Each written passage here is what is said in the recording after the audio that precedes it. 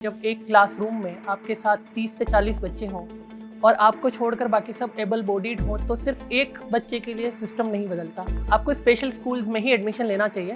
हमारे यहाँ बच्चे अगर आपको परेशान करेंगे तो हम आपका रोज़ रोज़ ध्यान नहीं रख सकते। ज्योमेट्री की सबसे बड़ी प्रॉब्लम हमारे लिए ये थी कि वो ज़्यादातर जो है ड्राइंग पर डिपेंडेंट है। अगर कोई इंसान डिफरेंटली एबल्ड है, बोल और सुन नहीं सकता, तो हम उसे साइन लैंग्वेज सिखा दें, तब भी वो सोसाइटी से तब तक कम्युनिकेट नहीं कर सकता जब तक कि सोसाइटी को साइन लैंग्वेज ना आए। नमस्ते, मेरा नाम अली असगर बोहरा है। मैं वर्तमान में उदयपुर जिले के भिंडर कस्बे के Gajendra Singh Shaktawat government girls college में असिस्टेंट प्रोफेसर पब्लिक एडमिनिस्ट्रेशन के पद पर कार्यरत हूँ। मैं बचपन से ही दृष्टिबाधित यानी विजुअली चैलेंज्ड हूँ। मेरा जन्म भिंडर के ही एक मध्यम वर्गीय दाऊदी बोहरा परिवार में हुआ था। पिछले 28 सालों में जीवन में मैंने बहुत सारे संघर्ष और चुनौतियां देखी हैं, लेकिन उन्हीं संघर्ष और चुनौतियों को अवसर बनाते हुए बहुत सारी संभावनाएं, उपलब्धियां और सफलताओं से भी मेरी मुलाकात हुई है। मेरा जन्म वर्ष 1994 में हुआ। 7 साल की उम्र तक मुझे फॉर्मल स्कूलिंग मिली, लेकिन वो वैसी स्कूलिंग नहीं थी जिसे इंक्लूसिव कहा जा सके। मैं स्कूल जाता ज़रूर था, लेकिन मेरा लर्निंग आउटकम उतना अच्छा नहीं था। उसका सबसे बड़ा रीज़न ये था कि विजुअली चैलेंज्ड होने की वजह से जो ब्लैक बोर्ड मेथड से पढ़ाया जाता है, वो मैं समझ नहीं पाता था, क्योंकि ज़ाहिर-सी बात है, जब एक क्लासरूम में आपके साथ 30 से 40 बच्चे हों और आपको छोड़कर बाकी सब एबल बॉडीड हों, तो सिर्फ एक बच्चे के लिए सिस्टम नहीं बदलता। और यही रीज़न था कि इंक्लूसिव स्कूलिंग में मैंने उतना लर्न नहीं किया, उतनी शिक्षा प्राप्त नहीं हो पाई। फिर 7 साल की उम्र में वर्ष 2001 में मेरे परिवार वालों को, मेरे अभिभावकों को ये पता चला कि उदयपुर में एक प्रज्ञा चक्षु शिक्षण संस्थान है, जो कि एक ब्लाइंड स्कूल है, स्पेशल स्कूल है, जो गवर्नमेंट ऑफ राजस्थान रन करती है। उस स्कूल के बारे में मेरे घर वालों ने और ज़्यादा जानकारियाँ प्राप्त की, तो पता चला कि यहाँ पर फॉर्मल एजुकेशन भी मिलता है, लेकिन एक रेजिडेंशियल स्कूल है, यानी यहाँ पर मुझे रहना होगा हॉस्टल में। घर वालों के लिए ये एक टफ डिसीजन था, डेफिनेटली मेरे पेरेंट्स के लिए, इसलिए क्योंकि एक तो मैं विजुअली चैलेंज्ड और घर से कभी दूर रहा नहीं, और 7 इयर्स की एज में, 7 साल की आयु में मुझे हॉस्टल में रखना। लेकिन उन्होंने फ्यूचर के प्रोस्पेक्ट्स और मेरी प्रोग्रेस के एक्सपेक्टेशन में ये टफ डिसीजन लिया। मुझे ब्लाइंड स्कूल में एडमिशन दिलवाया। वहाँ पर क्योंकि मेरी तरह ही सभी विजुअली चैलेंज्ड थे, तो हॉस्टल के रूल्स के अकॉर्डिंग मुझे अपना सारा काम खुद करना था, यानी कपड़े धोना, बर्तन धोना और बाकी जितने भी हॉस्टल रिलेटेड पर्सनल काम थे, वो सब मुझे ही करने थे। तो पहली बार था जब घर के कंफर्ट से अलग मुझे सब कुछ अपने से मैनेज करना था। ब्लाइंड स्कूल में शुरुआत में मुझे क्लास फर्स्ट से ही ब्रेल सिखाना शुरू किया। ब्रेल स्क्रिप्ट लुई ब्रेल ने इन्वेंट की थी। उन्हीं 8 सालों में अलग अलग टीचर्स ने मैथमेटिक्स से लेकर साइंस और सोशल साइंस से लेकर इंग्लिश, हिंदी, संस्कृत, हर तरह के सब्जेक्ट्स जो सब पढ़ते हैं वो हमने पढ़े। क्लास 9th 8th तक मुझे जिन्होंने सबसे ज़्यादा प्रभावित किया, हमारे सर हुआ करते थे, जिनका इसी साल निधन हुआ, वीरेंद्र कुमार आर्य सर। तो वो हमेशा से एक इंस्पिरेशन रहे, क्योंकि उन्होंने हमेशा मेरे पोटेंशियल को पहचाना और उस हिसाब से मुझे टास्क भी दिए। 2009 में जब मैं 8th पास कर रहा था, तो मेरे सामने 2 ऑप्शन थे, या तो मैं नॉर्मल स्कूलिंग में जाऊं या फिर ब्लाइंड स्कूल जो अजमेर या जोधपुर में है हायर स्टडीज़ के लिए। पर उन्होंने मुझे सलाह दी कि मुझे नॉर्मल स्कूल्स में चले जाना चाहिए, क्योंकि वहाँ मेरी ग्रोथ के पोटेंशियल थोड़े ज़्यादा है।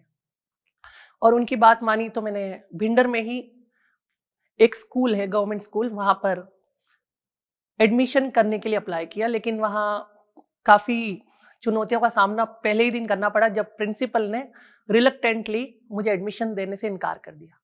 ही सेड कि क्योंकि आपके लिए नॉर्मल स्कूल्स के अलावा स्पेशल स्कूल्स हैं, तो आपको स्पेशल स्कूल्स में ही एडमिशन लेना चाहिए।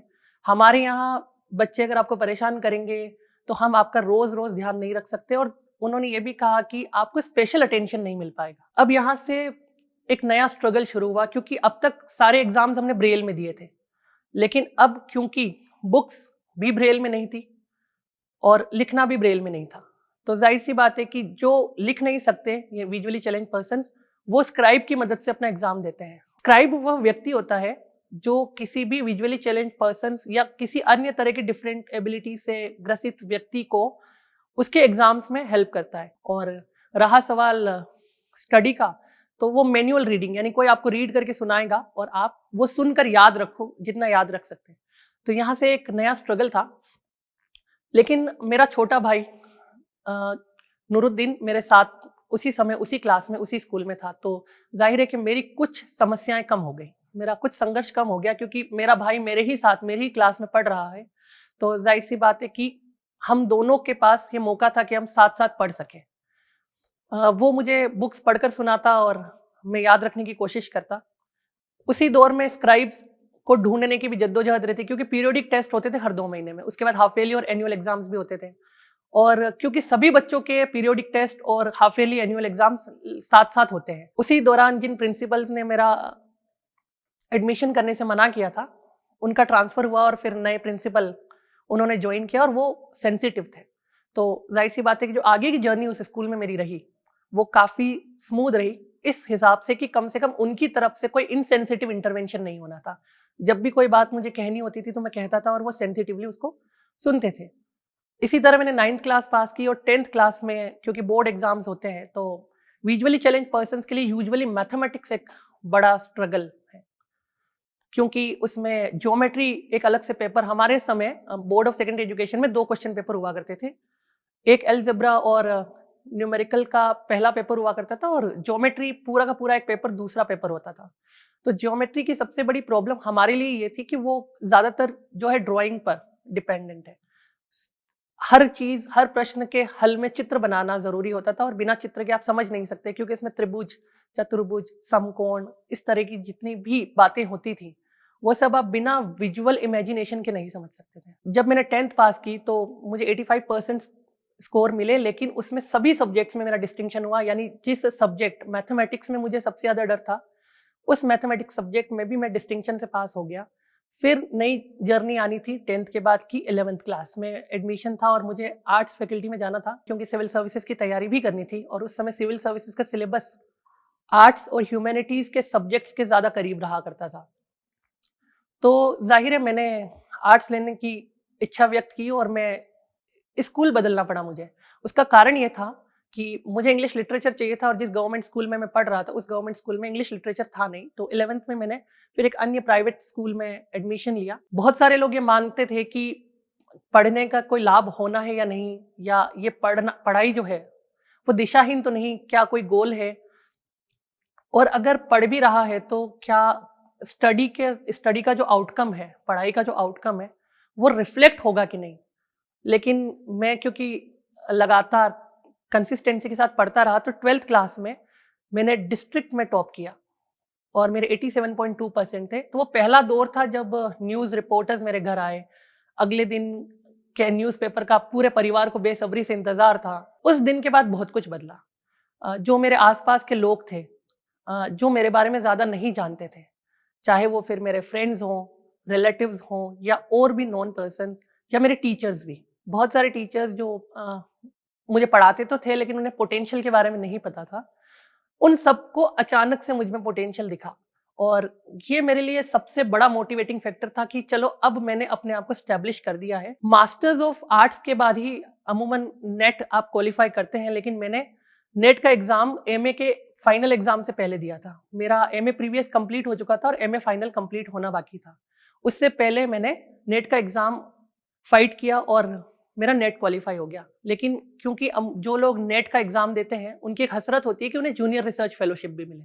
तो जब मेरा एमए कंप्लीट हुआ उसके बाद मैंने फिर नेट के लिए अप्लाई किया, और उस बार मेरा जूनियर रिसर्च फेलोशिप के लिए सिलेक्शन हो गया। इस पूरी जर्नी में बहुत सारे संघर्ष भी देखने को मिले।